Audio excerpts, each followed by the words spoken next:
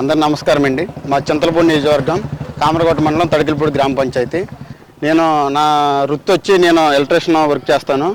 నేను డైలీ ఇదే రూట్లో దాదాపు ఒక జంగారెడ్డి వరకు వెళ్తూ ఉంటానండి. డైలీ నేను వెళ్ళడానికి చాలా ఇబ్బందులు పడుతున్నాను. ఎందుకంటే గత 5 సంవత్సరాల నుంచి రోడ్లు అభివృద్ధి లేదండి. డైలీ నైట్ అయ్యేటప్పుడు చాలా ఇబ్బందికరంగా నేను డైలీ వెళ్ళవలసి వస్తుంది.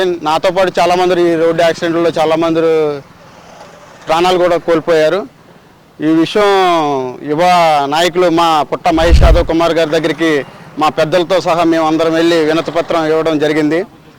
ఆ వినతిపత్రం ఇచ్చిన మొదటి వారంలోనే ఆయన గవర్నమెంట్ దగ్గరికి పార్లమెంట్ లెవెల్లో వెళ్ళి ఈ రోడ్డు శాంక్షన్కి మాట్లాడి కాంట్రాక్ట్ ముందుకు తీసుకొచ్చి కాంట్రాక్టుల ద్వారా మేము మాట్లాడి దాదాపు 2 నెలలు అవుతుందండి. 2 నెలల్లో వేస్తానని మాకు మాట ఇవ్వడం జరిగింది.